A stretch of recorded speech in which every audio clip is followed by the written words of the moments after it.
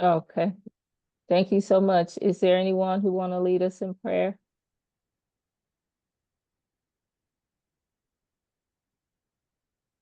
I will.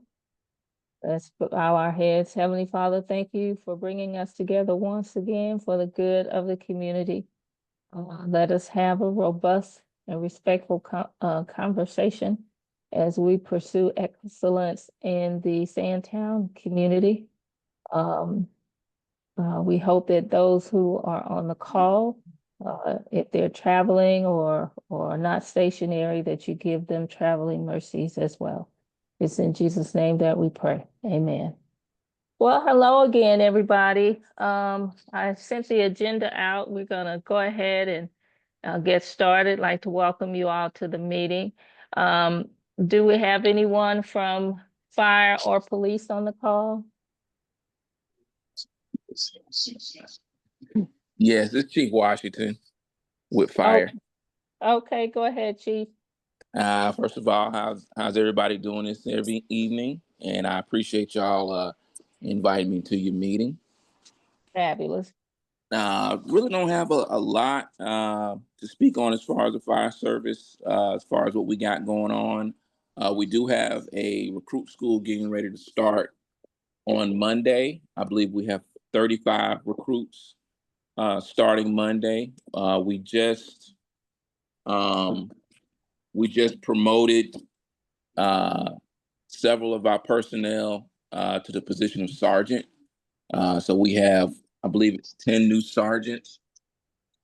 And let's see, what else do we have going on? Um, and that's really about it. We're finishing up with our walkthrough of Station 6 renovation. So we're tying up all the loose ends on that and trying to get everything squared away with the final renovation of Station 6. So that should be completed soon. And other than that, I believe that's everything that we have going on right now. Does anybody have any questions for me?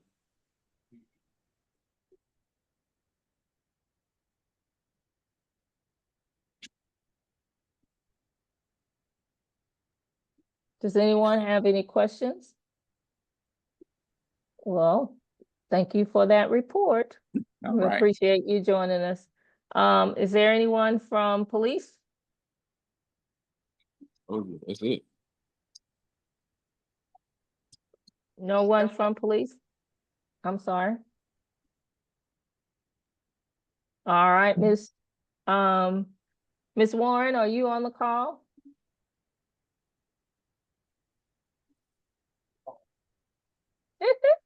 Well, when she comes, we'll ask her to give us an update. Okay, Mr. Parker, you are up.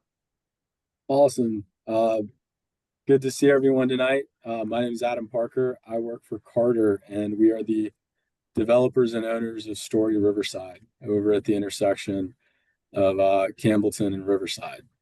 We finished this project, the apartments, in the first part of 2024, but it's a big site, and there's other land around it that we have been working to ultimately develop and build more retail around. So first, I'll give an update on the apartments, and then I'll speak to our plans for the balance of the site. The apartments continue to be well occupied. As an owner, Carter's pleased with it. Our investors are pleased with it. We've been really happy to do business and have this project in the city of South Fulton and in your neighborhood. But as I mentioned earlier, it's always been intended to be more than just an apartment project. So over the last 18 months, we've done everything from design scenarios where we would build retail in and around the parcels. We've talked to our investors about additional funds to build that. But we've also been entertaining offers on the land along both Riverside and Campbellton. I think what actually may be helpful is I'll share some imagery of the specific parcels that I'm talking about. There we go. Can y'all see that? Yes. It would be these parcels here along Campbellton and then the parcel along Riverside. I actually have an aerial that I can share as well. And we've also been entertaining offers for someone to come in and to develop and build it themselves.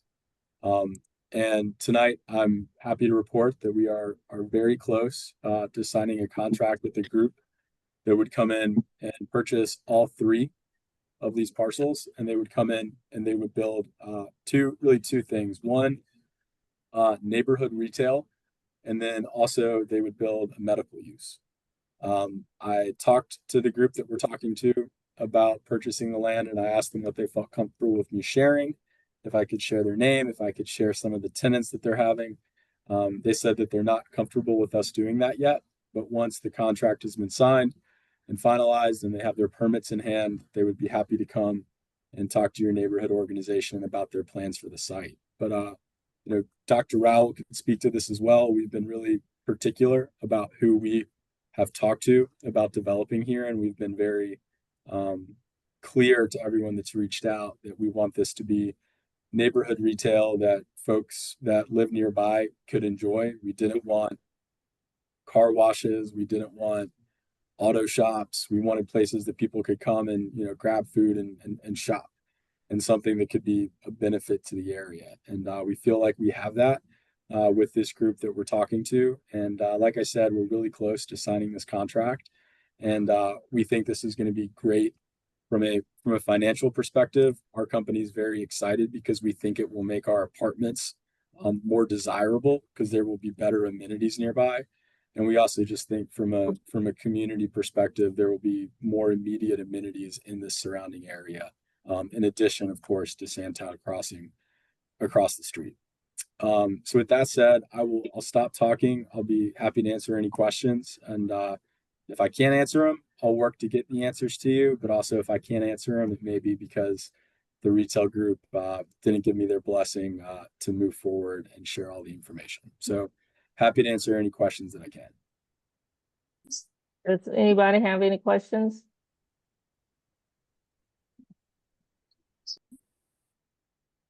No questions? Councilman Rao, do you want to chime in? I think Mr. Parker covered it very thoroughly. This has been in the works for a while, so we're both very excited that we're getting close to the finish line. I really appreciate Carter Development for being patient in terms of trying to respond to the request they heard from community about the type of amenities they wanted nearby. I really appreciate that.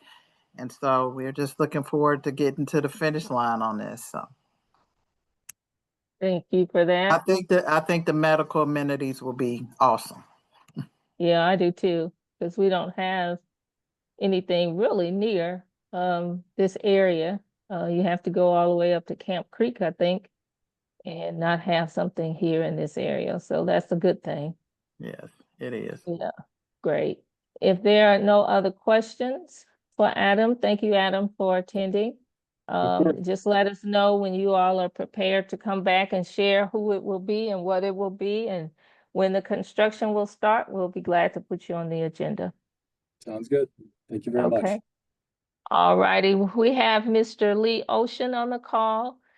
He's a resident who has a rezoning application. He has about 4 acres down off of Camelton and Dove Drive.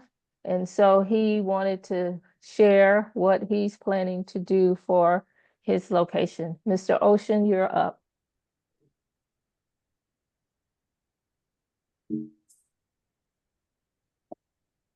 Hopefully everybody can hear me. I'm not really hold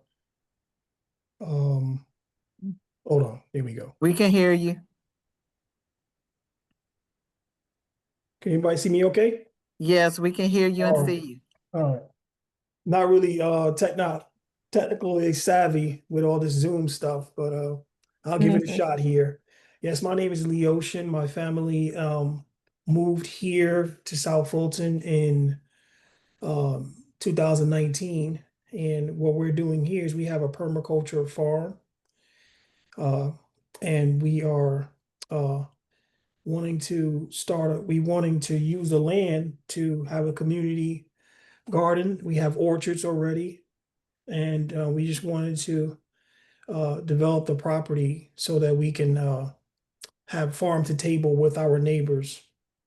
Let me tell you a little bit about our family, farming is kind of in in my family history. My family are Native Americans from South North Carolina. We're one of the state recognized tribes there. It's kind of been in our history of farming for generations, and it's something that I definitely am very passionate about. When city of South Fulton, when I heard about the city of South Fulton being developed, being a community of minorities and a place to do business, it was someplace I definitely wanted to raise my family. When I brought the first half of my property in 2019, it had been on the market for almost 2 years, untouched, a lot of trash, a lot of neglect on the property. And I was able to get it for buy as is, had two homes on there, buy as is, and basically fix it up and turn it into something. First thing I did, because when you're developing a farm, first thing you do is try to get your infrastructure, and you got to put your fruit trees in and stuff. So my children and I'm also a homeschool dad, and part of their education process was to be out there with me, learning how to um, do things naturally and grow. Since then, my son has graduated from high school, and I got a daughter in 10th grade. In we've gotten to the point in 2023, after purchasing the second half of our property from people who were farming the land here for decades. One of our neighbors who brought the second who owned the second property before us, she has been born and raised on this particular neighborhood for her whole life, and they have been farming this area the whole time. And if you ever um, travel down Dove Drive, you may see a field with muscadine with long vineyards, and so you can see it's kind of a staple on this particular area that someone's been take caring for it and farming here for a while. So when we brought the property, after they seen what we were doing across the street on our property, they liked what we did, and they figured that we can continue their legacy, and so we honored that, and we'd have continued developing the orchard. And since then, we've planted a lot more native species like the pawpaw trees. We've planted a pawpaw patch and other things on the property to continue uh, farming here. In 2023, we first applied for an application to a license for farming. And we've been developing it as a business up until this point. This year we was encouraged by the city to go through the rezoning process after our business license, due to the city changing some of the rules in regards to zoning and licensing, or modifying the rules to zoning and licensing, affected our ability to farm here with a license. So we went through the process of going through rezoning. And at this current point, we are at the stage where our application is before the city council for a decision. We've gone through the process of all the other steps, planning commission, and we've had our meeting before the city council. That was on the 17th of last month. And as uh,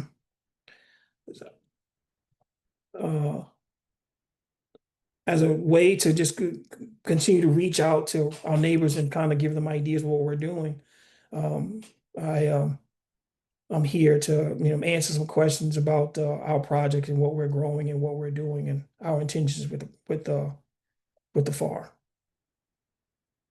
Mr. Ocean, so what the rezoning is, you're asking for the property to be rezoned from a R3 to agriculture? Is that correct? Yes, ma'am. That's our intention.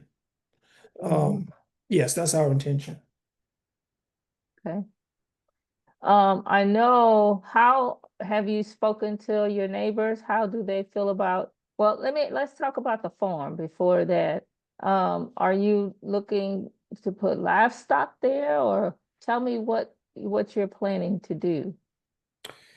Um, because we planted an orchard, I'm a beekeeper, and Mm-hmm. that so as far as the only animals are that we have on our property are chickens. They serve a really good um role in our system of developing soil, and the eggs aren't bad either. But as far as animals, it's just chickens, and we have beehives on the property as well. As far as future animals, the space just won't support it, nor will my patience and I have the skill to have that. I don't have that type of husbandry skills, with goats and other stuff. And just I have enough going on with the orchard, so I don't need to go into that area. But as far as our systems go right now, we only have hives, and we have chickens as far as animals. Hello, Hello. can you hear me? Yes, Yes. we can. Go ahead with your question. Monique? Oh no, I didn't have a question. I'm sorry. Okay.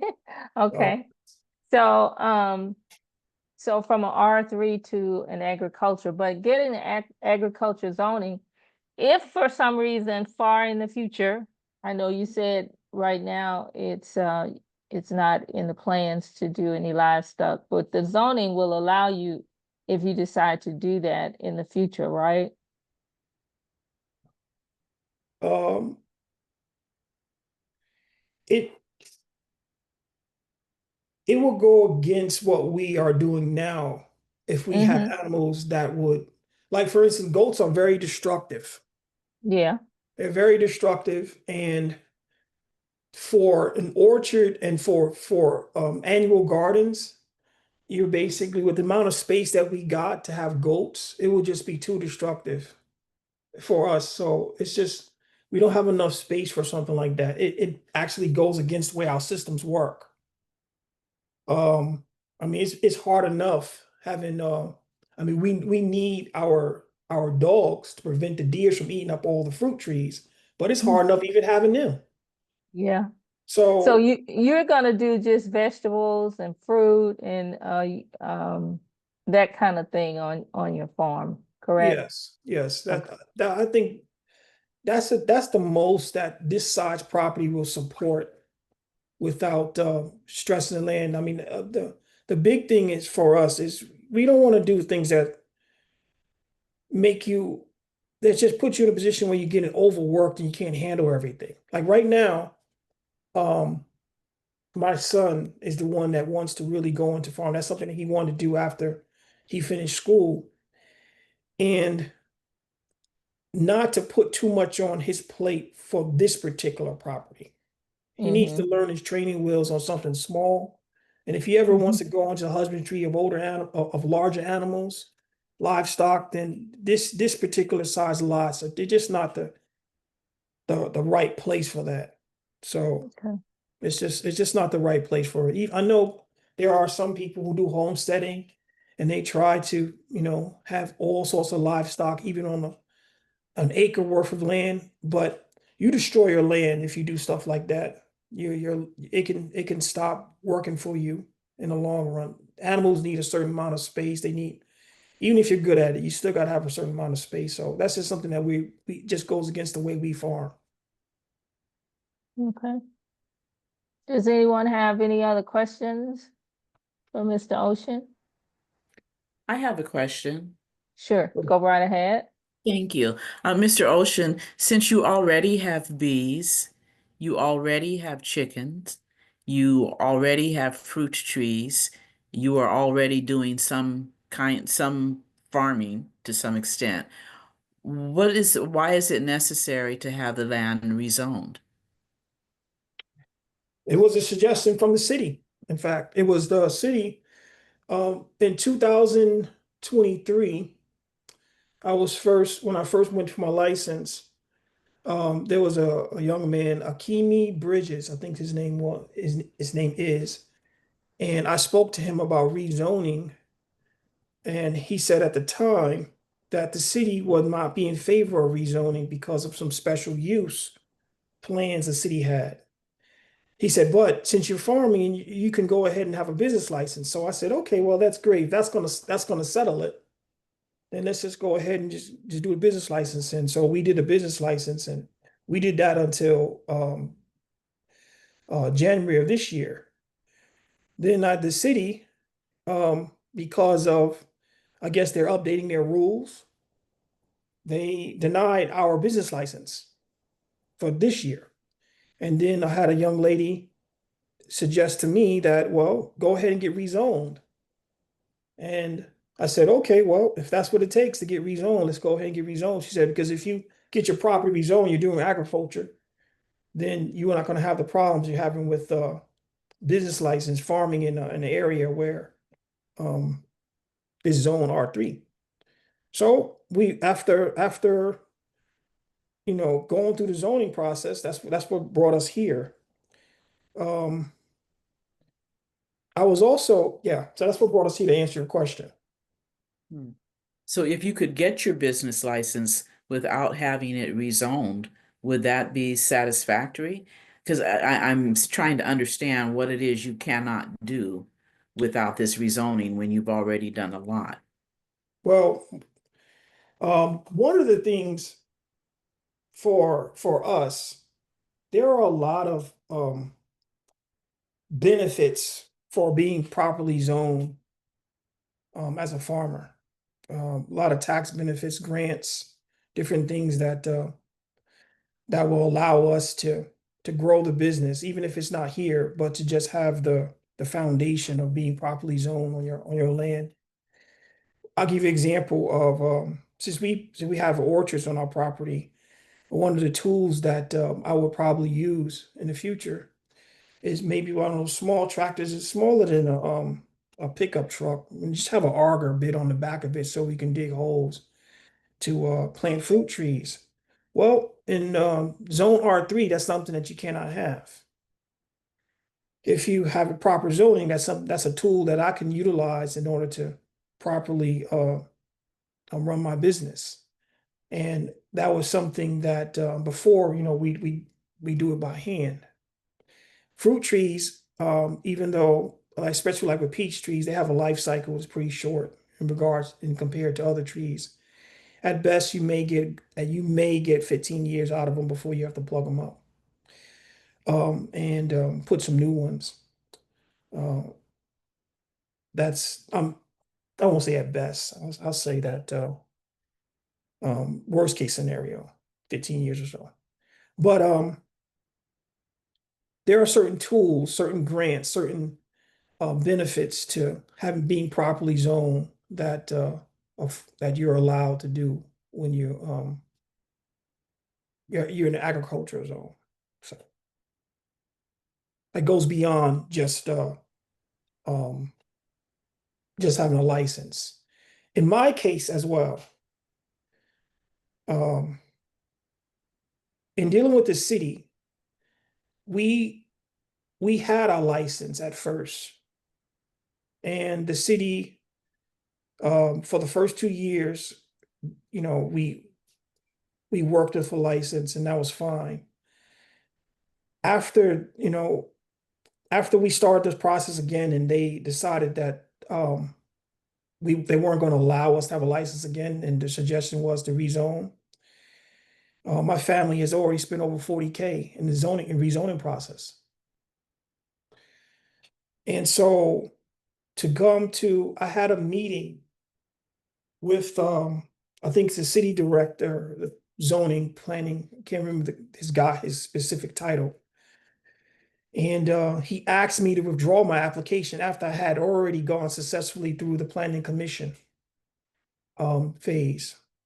We had went to the planning commission, they heard our project, and they gave us a vote of confidence of 7, say for recommendation to the city commission. And this was maybe a week after we had that meeting that they called me up, my lawyer and I, and asked us to withdraw the application. And if we withdraw the application, they'll give us a license. So that's something that after spending $40,000 on rezoning, really kind of, I won't say it on here how I felt about that, but I just feel like uh, I just wanted to finish the process of rezoning at this point because it would be very beneficial for our family to have the land rezoned for farming. If that answers your question. Yes, thank you. Okay. Mr. Ocean, this is Councilwoman Rao, can I ask you a follow-up question? Sure. Is the 40,000 on equipment, or are you saying you spent 40,000 with your attorneys and the like going through this process? Yes, yes. It's with attorneys, it's with the having to get the land surveyed, having to get certain requirements done within the survey. Have to get certain tests done. Then we had to do a site plan as well, Okay, which was additional cost. And the process in for our city is a lot longer, maybe than some other places, a lot more months. And then so every month that goes by, it's another okay, 8K, another 8K, another 8K. So we've been going okay, through this process. I think we started this in March, I think. And it's been about 8K or so a month for me. So it's not and if you compare the cost to us, if we had just gotten a license in February when I was going through the process to renew my license, it's a substantial. considerably more, okay. Yeah, Thank you for that clarification. sure. So with your business license, so you sell the produce off of your land, right? Yes, ma'am. Okay, you sell it to surrounding people or grocery stores. Tell me, well, who do you sell to?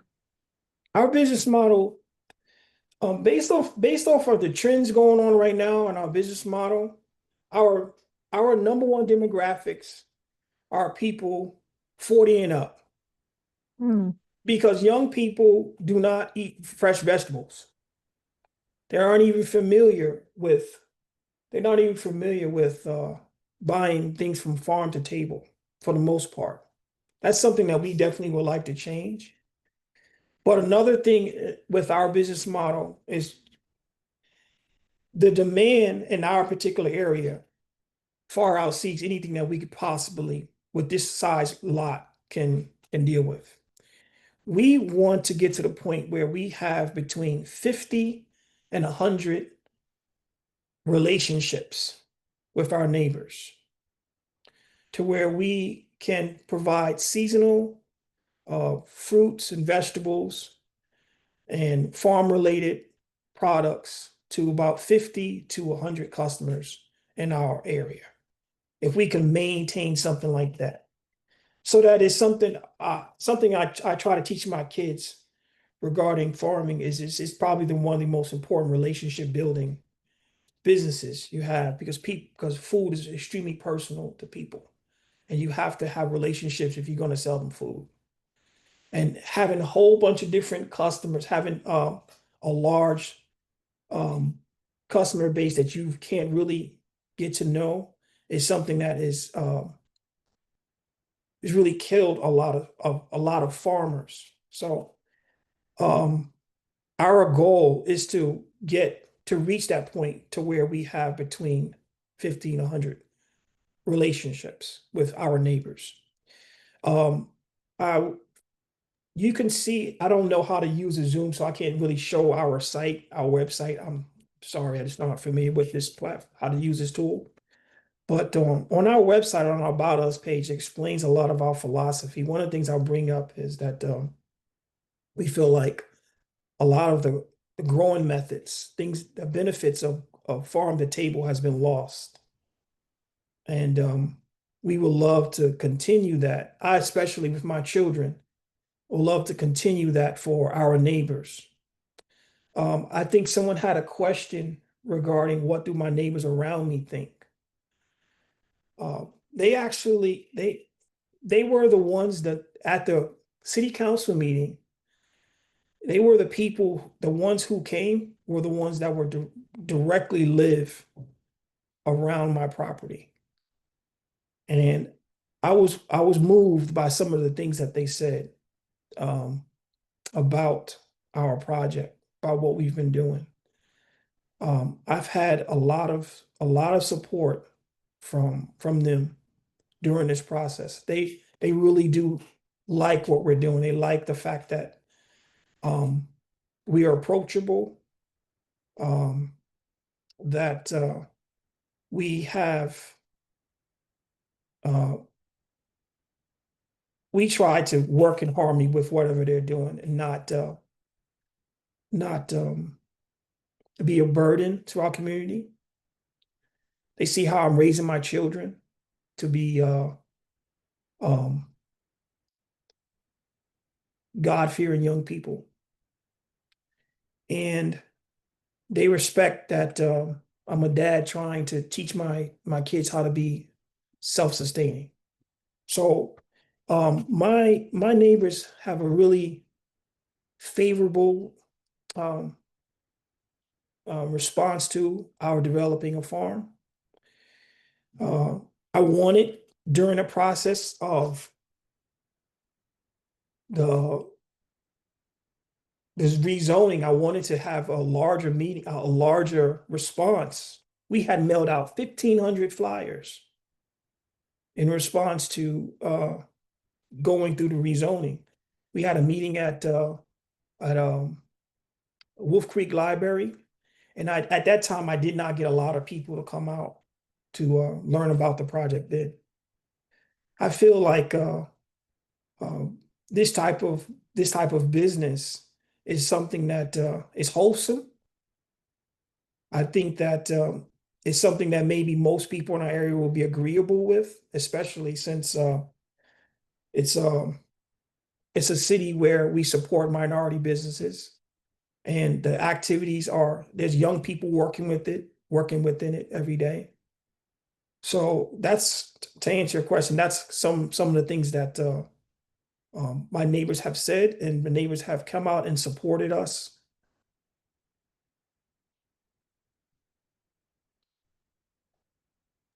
If that answers your question. It does. Okay. Okay, are there any other questions for Mr. Ocean?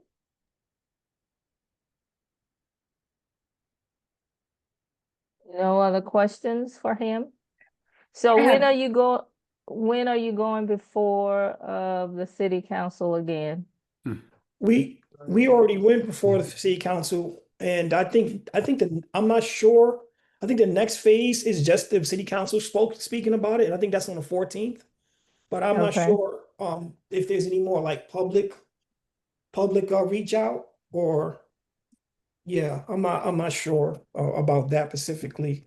That is correct. Is that's okay? That's correct. So, Yeah. one of the things I had an opportunity, I was not familiar with this project prior to it coming before city council. And I took the time to actually visit the Ocean Orchards this past Sunday to take a look at the site and talk to Mr. Ocean. And so I wanted to, and I expressed this to him at the time, I wanted to hear more from his neighbors because I didn't want to find us in a spot zoning situation, to see if they were amenable to agricultural neighborhood, which would be the most appropriate designation for how the land currently looks. Right. And so we're going to try to get that meeting scheduled. I don't know if I can get it done by the 14th because it's just by the time we get it through the mail and everything, tentatively October 13th. But if not, I may have to defer. But I'm going to have conversation with the people directly impacted to find out their feedback on this Yeah, before we do anything else. yeah. They're. I've spoken to some of them about it, and they waited. Okay. Yeah, All right. so that's kind of where I am. I'm trying to kind of bring everybody up to speed. And I asked Mr. Ocean to come just to bring everybody kind of make everybody aware what was going on. I think y'all know I try to bring everything in Sandtown to the Sandtown Community Association because at least when he said he didn't have a lot of input, we always have people on this call, thank goodness. And so that's Yeah. why we're here today. Yeah, and if anybody has any questions about our what we're doing, you can check out our website at oceanorchards.com, and you can kind of follow us. Today there's probably posts up there today of us planting some blackberries. We post stuff like that of things that we work on, so you can kind of see what's going on around here and get a feel for some of the things that you can see, some of the things that we grew in the past. And I'm always open for a text or a email asking me questions. So hopefully this just starts a discussion as rather than um, putting a period at the end of it. Mr. Francis, you're up. I see your hand up. Thank you. And Mr. Ocean, thank Yes. you for sharing valuable information. We recognize that his business is unique in some respects. However, does this raise the question and concern that the process for licensing and permitting may need to be streamlined a little better? Because it appears that he's been going round and round and spent significant sums and has really not got anywhere. So it's just an opportunity for our city administrators to look at the process and see how they can clarify it a little better, not just for this business, but for businesses in general, so that permits and licenses can be issued in a much shorter period with fewer bottlenecks. I totally agree. Yeah, I would like to second what you just said. One of the things I found out at the actual when we got to the process of being before the city council was the people part of the planning and licensing department. They mentioned during a meeting that their plans for uh, issuing business license was at the time evolving, and I just thought, I wish you had told me of your new stance in February about your evolving process, because I could have definitely used some of that on our end. I mean, we've been in this cycle with them for almost 3.5 years now, and it's really tough to do business right now. And there's a lot of things that we've had to hold back on until we get some kind of clarity on the licensing and rezoning. So I totally agree with what you're saying. Thank you. Any other questions for Mr. Ocean from anybody? Any other concerns? I think having the meeting with the surrounding community and your neighbors, that is a good thing. I know that there is a new development coming off of Dove Drive that we approved. I can't remember how many houses, Councilman Rao, was it 4? 3. 3 houses that are going to be built um right across the street from you, correct? Mm-hmm. Yeah, yeah. So it would be a good idea to get that developer of that property is engaged as well, I think. Yeah. What Yeah. Plan to do so. Like I said, I'm working to try to get this meeting put together, but I just got the addresses for that whole area today. And like I said, I visited with him on Sunday, so I am working diligently on this. Um, hopefully by the 14th, but if not, for sure by the 28th of October. And Okay. like I said, I don't know if you have a location locked down, but I do have a guest house. So if you Okay. got a date that it could work and it's right here in the neighborhood. So Okay.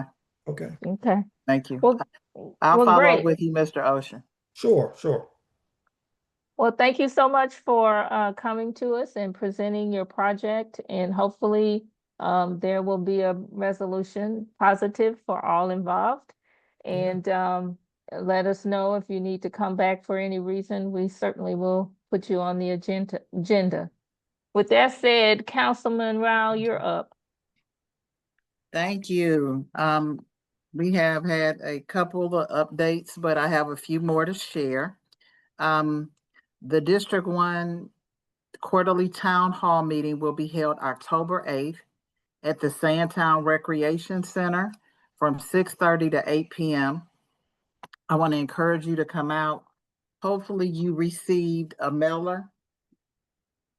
I'm holding it up over the last maybe couple of weeks with a kind of recap of kind of what's been going on in District 1 and in the city in general. On the back of that, it has a calendar of events.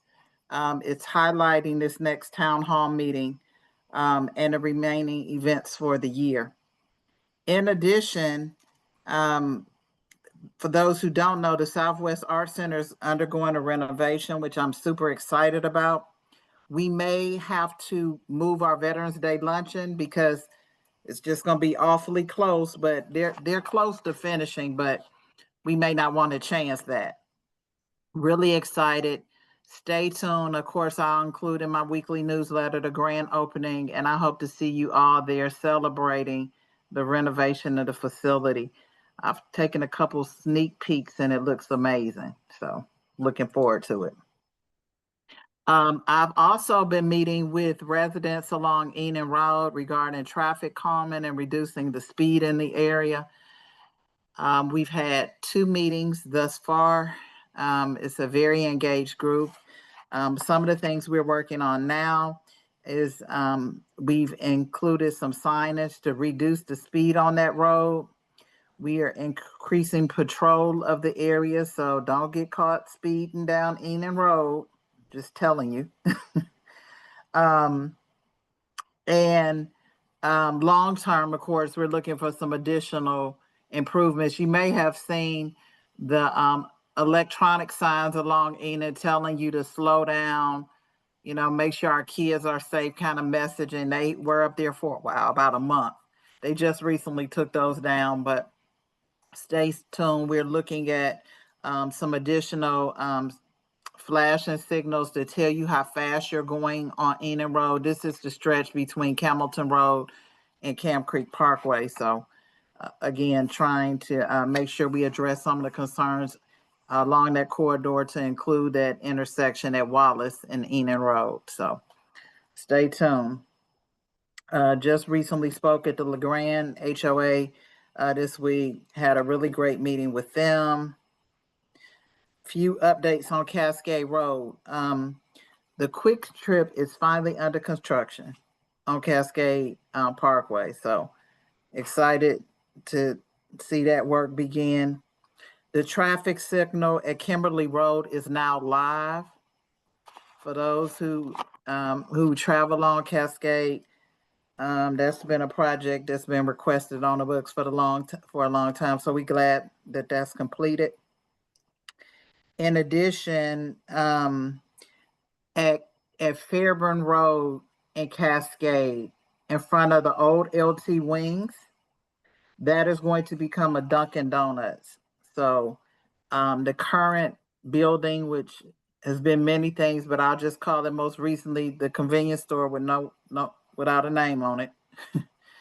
That will become Dunkin' Donuts, and of course it will be built and confirmed with the Cascade overlay. So you see quite a bit of refreshed activity along the Cascade corridor. For those who are familiar with Raw Design, if you haven't noticed, they went into their own building on Cascade right as you come out of Kroger. They did a wonderful job. Of course, that's on the City of Atlanta side, but that project came out very nice. In addition, we have culvert work happening along Fairburn Road. In addition to sidewalk work, it's been slightly delayed because they have a major water main that they're relocating. So it's a lot of things being done under the ground. But I just say realistically, hopefully that will be wrapped up by the end of the year. The first segment, of course, along Kimberly has been completed and the road repaved, and it looks really, really nice. So those are kind of my biggest updates. And last but not least, we have new housing in the Sandtown community available, primarily along Riverside Drive. Woodbury has opened up the townhome community. Those are for sale. Those are open. I got a chance to peek in the other day, one of the units. For those who are trying to get your adult kids out of your home, you might want to send them over there to take a look. In addition, Raymond Walk, they have they're beginning to clear the land for Raymond Walk, which is a single family residential project being brought online by Lennar Homes. They're doing site work over there, so that's moving along. And last but not least, along Wallace Road, the roads are being cut for Miss Crawley's subdivision. So I had an opportunity to speak with her in the last week and a half or so, and she's very excited and looking forward to begin construction on their first home. Wow. So a lot of activity in District 1 right now. Other than that, I'll just open it up for questions. Roger, you have your finger up? Yeah, I do. Mhm. Do you anticipate this federal government shutdown having any impact on things that trickle down to the city from the feds? Currently, it has not had any direct effect on funding that we have. Most of we haven't been overly dependent on federal money, but where it has come from is Department of Transportation. Last week, the city council was in DC meeting with federal agencies. I'm going to say after that meeting, I felt that a shutdown was coming. It could have an effect because I think we have about 7 pending federal applications right now with various agencies from FEMA to the Department of Transportation to the National Humanities Arts Grant. So we have a number of applications pending that we won't know the status because of the shutdown. Okay. So from the standpoint, it wasn't things we would love to receive it, but we're not dependent on them, if that makes sense. Yeah, good. Okay. Are there any other questions? I have 2 quick ones. Okay. Danforth and Cascade. I noticed that left turn signal has been taken away after the light was installed at Kimberly and Cascade. Mm-hmm. You go further down the street to Danforth and you're turning left. There used to be a left turn signal, and that has not. It seems to be gone. Yeah, I would have to check. I'll have to be honest. I didn't notice it, and no one else has mentioned it. I don't know if that is the result of them put them in closer proximity. I can get some additional information for you. Okay, thank you. Okay. And then the other one is Aldi's. I noticed that they're digging at Cascade right at 285 across from the old site of Right at Home. So is the Aldi starting to go in now? That is the quick trip that I referenced earlier. Oh, okay. Right. So I think Mr. Maybe, well, I don't want to say, but Mr. Crawford might have some more insight on that. I'm not totally sure, but I do know across the street, of course, the original raw design is empty now. And I think the one section of the other gas station is now boarded up. So they may be ready to do something on that site soon. I think it was originally envisioned that that would be demolished after Lamont moved into his new facility. Please correct me if I'm wrong, Mr. Crawford. No, that's correct, Councilwoman. That's correct. Okay. The Quick Trip is under construction. The Aldi is still wavering, but I think moving in a good direction. It's been very, Okay. very complicated deal, very complicated. But it looks like it's trying to happen, and we're trying to help it. Okay. So, um, All right. anyway, I think between that, the corridor is looking pretty good. If you've noticed, we've earlier this year put in flowers in addition to the shrubbery and the medians. They look really, really nice. And the city of Atlanta, of course, has been maintaining the exit ramps. They got off track a little bit, but it's back on. And I was out there Saturday with the monthly cleanup with the Cascade BMA, and it really looked really nice. So if there aren't any other questions, that really concludes my update for this month. Well, you had a lot to say. Mhm. A lot of things going on. Is Yeah. Councilwoman Gomes on the call? Okay, is Ms. Warren on the call for schools? All right. Oh, Oh, she's we're here. here. Okay, go ahead, Miss Warren. You're up. I was gonna say good morning, guys. It's not morning, it's evening, and I should know that. Thank you guys for having me tonight. We are just coming off of a couple of big things in the district. Number one, we announced our graduation rates from the state. This year we have Global Impact, which is at 100% graduation rates.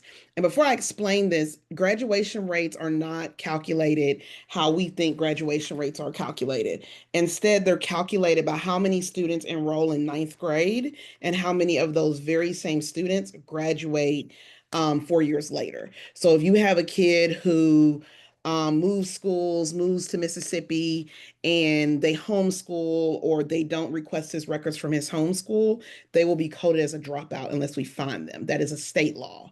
So when I talk graduation rates, I just want to put that perspective. We had Langston Hughes High School at 94.3%, Creekside at 92.2, Westlake at 91.9, Banneker at 84.6, and Tri-Cities at 86.1. So we're really excited to continue that work of making sure our students are able to graduate and making sure that we are keeping them all 4 years and going from that. On the heels of that, we also received our SAT scores. And all of our schools, I was just looking at our research report on it. All of our South County schools had multiple gains. What happens is Fulton County, every senior can take the SAT. We pay for it. And so we test almost all of our seniors. This year we tested 5,100. I'm sorry, no. In 2025, we tested 5,135 students. So we just don't say certain kids can take the SAT.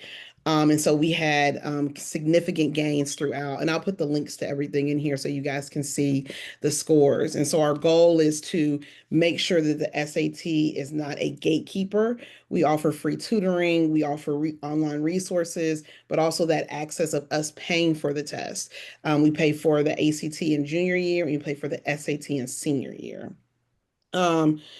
Last week, we received a really big grant for grant/donation for Banneker High School in the sum of $300,000. It was a really big, it's going to go to their cluster for a lot of the work that they're doing around restorative practices and just community building. And so we were really excited to get that money for them.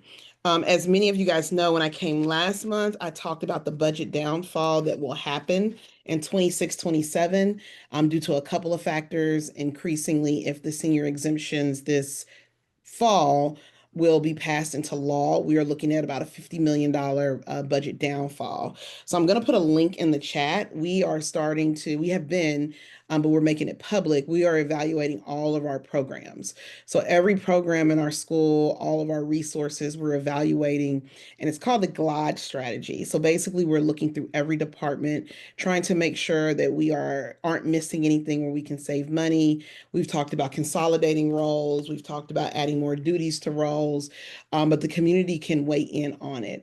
All of these that I'm going to post in the chat are suggestions, but it is going to be important for you guys to put your thoughts on the suggestions. You're able to grade them, look at a suggestion and say, I don't like this, I like this, and put that on there. So we're just getting ready for the 26-27 budget year, which will start next spring. And so that is some of that work.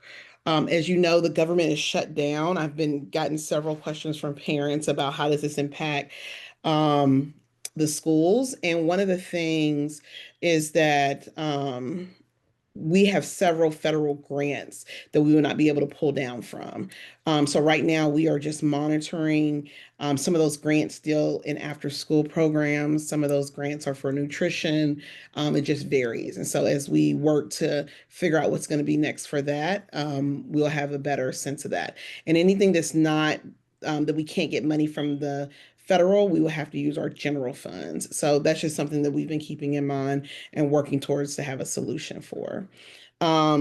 Last month, I had a community meeting at Global Impact Academy. We had a great conversation about advanced classes, AP, IB, dual enrollment. And it was really eye-opening for parents of students who are going to college or doing anything post-secondary. And this month, we will be at Cliftondale Elementary School on October 20th for my next community meeting. Please encourage everybody to come. But I'm going to pause because I said a lot, and I want to make sure if you guys have any questions. You got a lot going on. It is October, and there's a lot going on. Westlake High School's homecoming is tomorrow. There will be a parade in the parking lot. So if you see after school where parents are kind of waiting around, milling around, that is why they are busily ready to celebrate their students. Wow. Are there any other questions for Ms.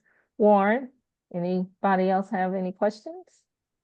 All righty, with that, thank you, Ms. Warren, for joining us. We really do appreciate it. Marilyn, Harvey, Donald, do you all have anything that you want to add? I don't. Neither do I. Great Marilyn? presentations. I just want to say good afternoon, and if you haven't paid your Sandtown dues, you can get them in before the end of this year and use it as a tax deduction next year. All righty. I see Commissioner Arrington on the call. Didn't know if he had anything to share.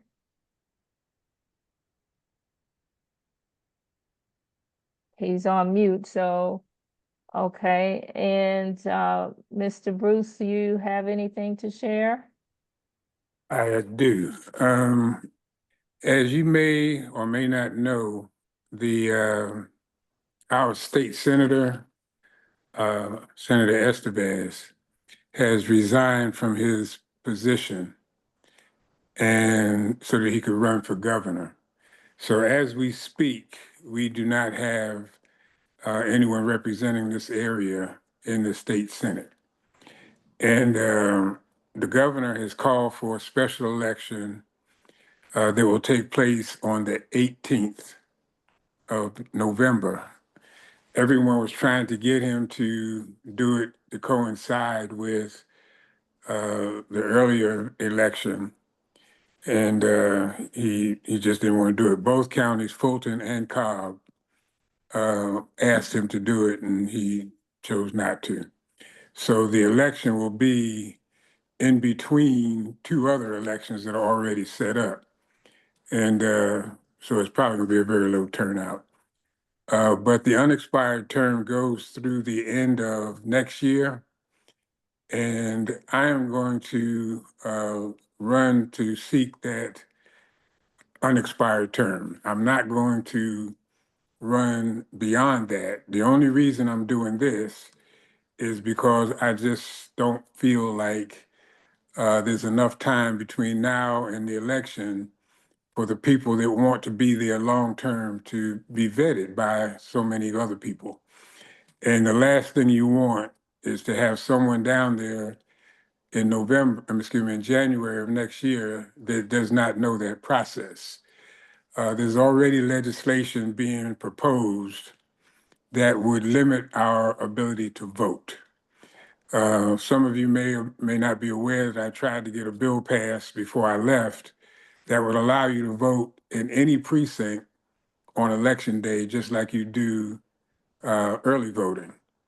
But they're trying to get rid of early voting. They're trying to limit the number of polling places you can have, and a number of other things that are going on. So bottom line, there's going to be election on the 18th of November. I'm going to be on the ballot, and I'm just looking for you guys to support it and understand why I'm doing it. As I said, I have no intention of staying beyond that. I was perfectly happy in retirement, but I'm very, very afraid that if we have a rookie in there in this next session, we're going to lose a lot of our ability to participate in that process. The other piece of it, right now, the state gets about $30 billion from the federal government. And in addition to the state generated money, the total budget is about 60 billion, half from the state, half from the feds. They're trying to cut out just about everything that we get from the feds. And the state is going to have to do some real number juggling to try to make up for some of the things that are not going to be covered by the federal government. And, I've served on the committee that deals with the budget. And I'm going to, if you guys let me go back down there for this next session, then I'm going to be diligent about trying to make sure that when they start dividing up that money that's left, that we're not left out. So that's pretty much it. All Thank you. righty. Thank you, Deborah. Okay, you're welcome. All righty. I'll try one more time for Commissioner Arrington. I see that he's on the call, but he's on mute. All right, y'all. Does anyone else have any questions on the call? Any comments? Any concerns? Deborah, can you hear me? This is Yes, Ivory. yes, ma'am, I can. Good evening. Good evening. The gentleman that just spoke that said that he wanted to finish out the representative's, I think it was representative's term. The senator's term. Senator term, but he had no intentions of, of seeking that position. But there is nothing that really binds you to that. You're telling us that tonight. Is that right? There's nothing that binds me to that other than my word, which I will keep. Like I said, I was perfectly happy in my retirement, but I'm just concerned that if we have a rookie in there in January with all of the things that they're talking about cutting and doing, I would just feel better to be down there because I know that process and I know the people. And but only thing I can do is give you my word that I'm not going to seek it. Beyond that, and that's it. Okay, but that's still nothing that keeps you from seeking it if you change your mind. And that's basic. Politicians have done that. So I just want Yeah, people to be aware. and you're right. Some people may say it and do something else, but all I can tell you is that I won't. Thank you. All righty. Well, guys, it is 7:33. We are ending a little early. Thank you all for joining us, and we'll see you next month on the first Thursday of, my goodness, November. Can you believe that? Well, y'all have a great week, rest of the week. Oh, and if there are any other questions that you may have, just reach out to us and we'll try to get the answers for you. Thanks again, everyone. All right, Have a thank good you. evening. Good night. Good evening. Good Good night. night. Thank you. Good night.